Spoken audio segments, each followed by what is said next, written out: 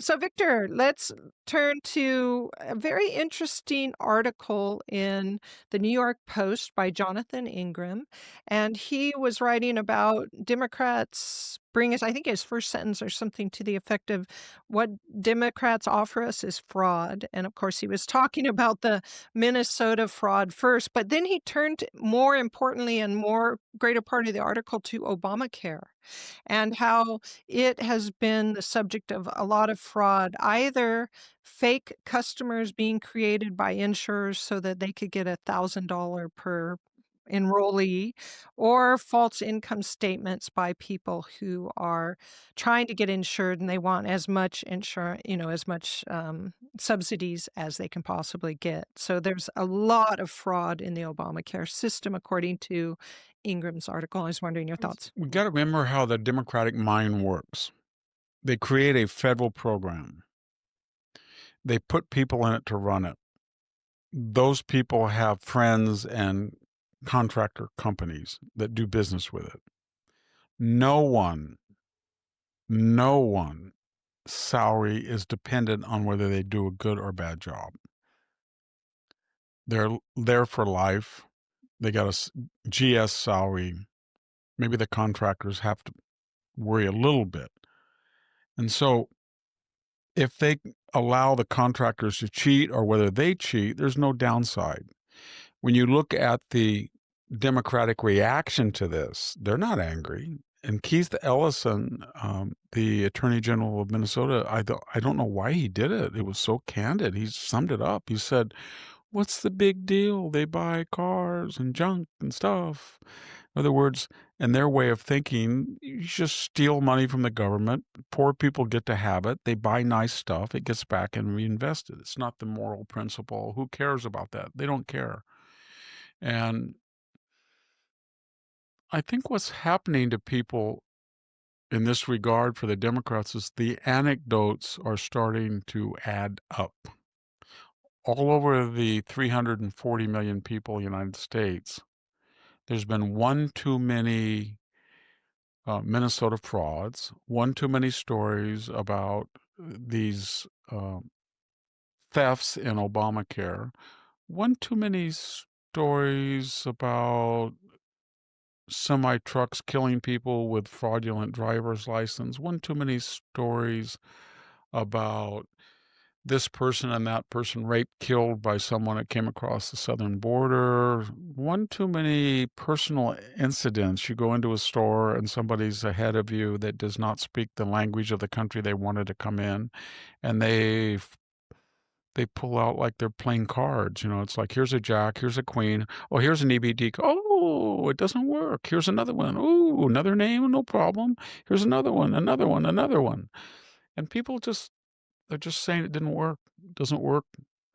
And then they're saying they're going to still hire people. And then we look at obesity and it's epidemic in people on EBT cards. So I just think they have something that nobody wants to buy anymore. And I think the whole welfare state is vestigial, ossified, calcified, that if somebody just kicked it, it would fall apart.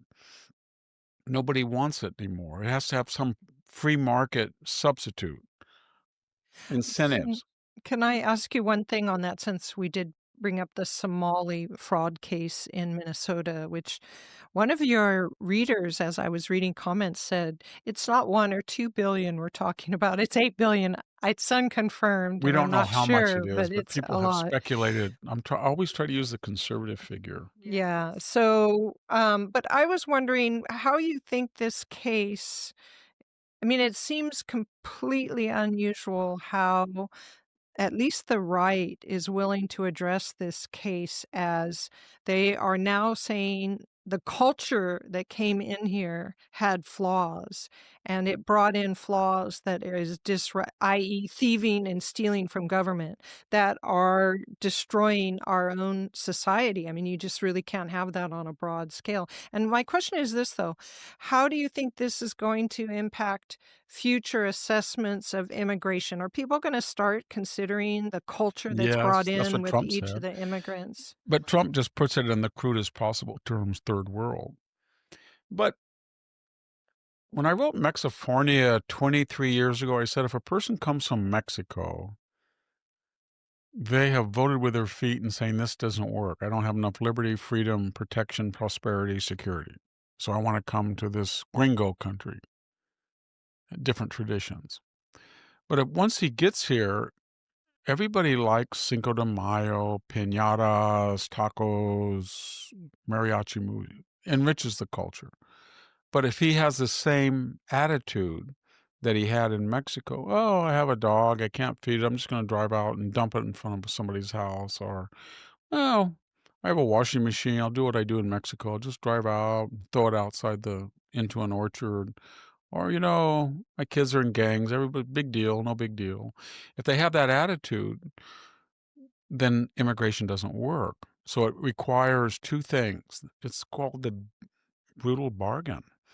And that is the immigrant must disown his primary allegiance to his homeland, endure the taunts of being a traitor, apostate. And the host must say, "Welcome. You want to be an American. Here's what you have to do. Check, check, check, check, check, check, check, check.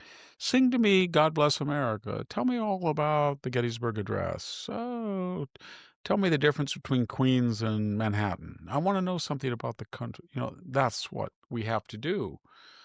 And we don't do that. And so then we get shocked. Wow, these Somalis are not. I mean, Ilian Omar said Somaliland for Somalis only. My gosh, she's a ethno-nationalist, isn't she? But she doesn't say that here. We should just say to her, if you're going to be an ethno-nationalist in Somalia, you and there's credible allegations you married your brother for immigration fraud. Why don't you just go back and create a good Somali so people don't have to flee their beloved homeland? But don't come over here and make millions of dollars by playing a victim and call the president every day a racist, Islamophobe. It's just like on spec. While you're the biggest anti-Semite, I mean, she was almost censored by the House for her anti-Semitism. So yes, there is no more support for it, and people are going to get more and more emboldened. They're going to say, you know what? I don't care. Call me a racist. You call me anything in the world.